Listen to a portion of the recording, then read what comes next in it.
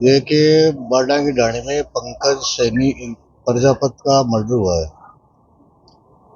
Dead body hospital में रखी हुई है। उनके गांव के समाज के लोग धरना दे रहे हैं। सहमति इन बातों पर बनी है कि जल्दी से जल्दी मर्डर का खुलासा किया जाएगा। टीमें हमारी बनी हुई है और सारी फील्ड में जा चुकी है। दूसरी मांग ये थी कि उनके संविदा पे नौकरी दिलाई जाए, जिसके लिए तहसीलदार जी ने आश्वासन दिया है कि वे कलेक्टर साहब से बात करेंगे। तीसरा है कि जो भी उचित मुआवजा होगा वो उचित मुआवजा दिलवाया जाएगा। इन तीन बातों पर सहमति हुई। पोस्टमार्टम हो जाएगा। अब पोस्टमार्टम होगा। सब लोग पुलिस प्रशासन की जिस तरीके से खेतड़ी में व्यवहार चल रहा है उससे पीड़ित हैं। आज जिस तरीके से एक भाई की फिर से एक भाई की मौत हुई है और उनके जो दरिंदे ऐसे ही खुलेआम घूम रहे हैं और पुलिस सिर्फ आश्वासन देती है। अभी सब लोग यहाँ एकत्रित हुए थे, सब लोगों ने एक ही राय में कहा है कि भाई इस तरीके से ही चलता रहा तो हम इसी तरीके से इस अन्याय के खिलाफ लड़ते रहेंगे। लेकिन पुलिस वालों ने बताया कि भाई 16 घंटे का टाइम दिया है कि हम अरेस्ट करेंगे उनको।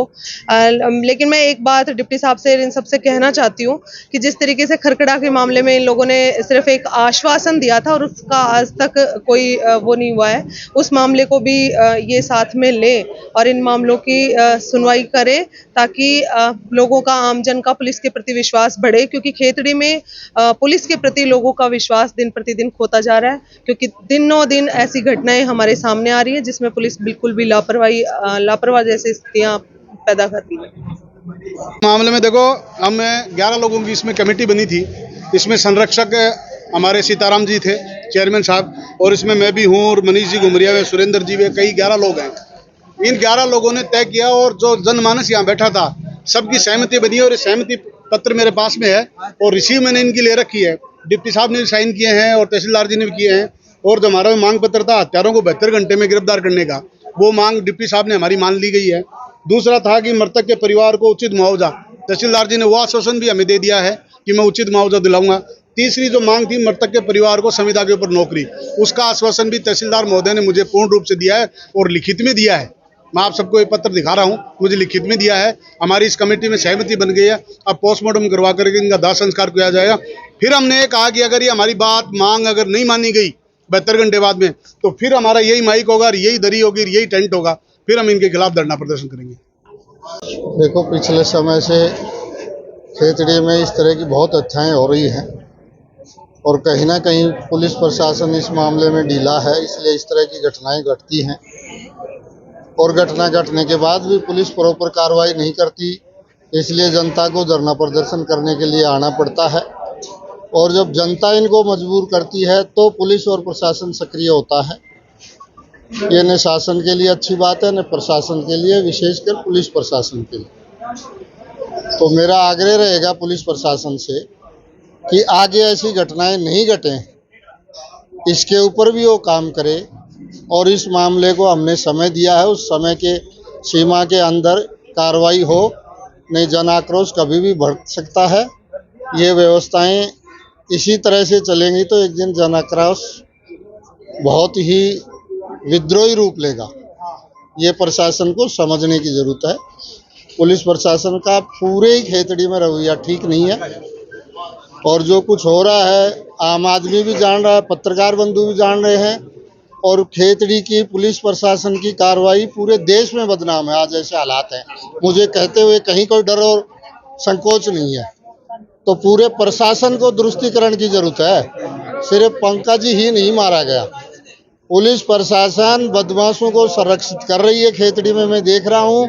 और आम आदमी को कानून के नाम पे ये नहीं है, वो नहीं है, टाइटल क्लियर नहीं है, बहाने बना के टरकाती है और बदमाशों का संरक्षण कर रही है।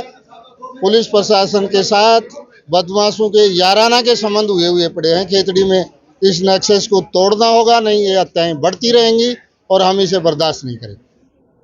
पंकज के न्याय मांगने के जो हमने प्रदर्शन और आंदोलन किया था, उसमें हमें पुलिस प्रशासन को 101 घंटे का टाइम दिया है। 101 घंटे में या तो गिरफ्तार कर लो जिन्होंने उनकी हत्या की है, नहीं 101 घंटे बाद में पूरी हम खेतड़ी को जाम कर देंगे और थाने का घेराव कर देंगे।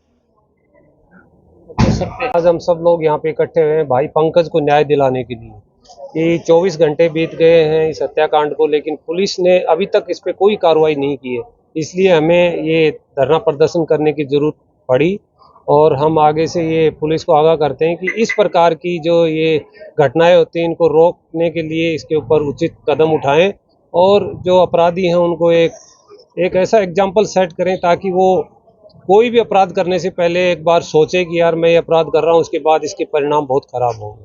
थैंक यू, धन्यवाद। पंकज कुमावत का मर्डर हो गया है, उसके लिए हमने यहाँ धरना दिया है और धरने के ऊपर सभी गांववासी यहाँ पधारे थे और इसके पश्चात डीएसपी साहब, तहसीलदार साहब, इन्होंने सबने ये आश्वासन दिया है कि वो जो इनकी मांगे थी वो पूरी की पूरी मान ली जाए।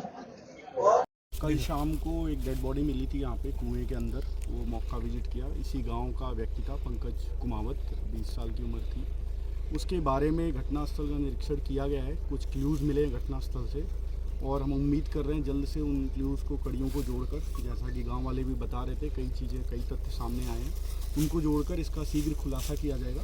जो भी परिस्थिति में मृत्यु हुई है, जो भी चीज़ें हैं, एक बार पोस्टमार्टम से भी आइडिया लगेगा कि जैसा आप बता रहे हैं ब्लड के स्पॉट्स हैं, क्या हैं, क्यों हैं, उन सब तथ्यों पर आज एक बार पोस्टमार्टम करवा के और उसके बाद उसका खुलासा किया जाएगा कि क्या है, क्या संदिग्धता है। सर, खेतड़ी क्षेत्र की अगर बात करें तो आसपास के क्षेत्र में पिछले दिनों में देखा जाए तो चोरी की वारदातें भी बहुत ज़्यादा बढ़ी हैं, चाहे जसरापुर की हो, चाहे खेतड़ी नगर पालिका क्षेत्र की बात हो। पिछले दिनों बिटेरा में भी 4 लाख रुपए की चोरी हुई, तो लगातार चोरी की वारदातें बढ़ रही हैं। क्या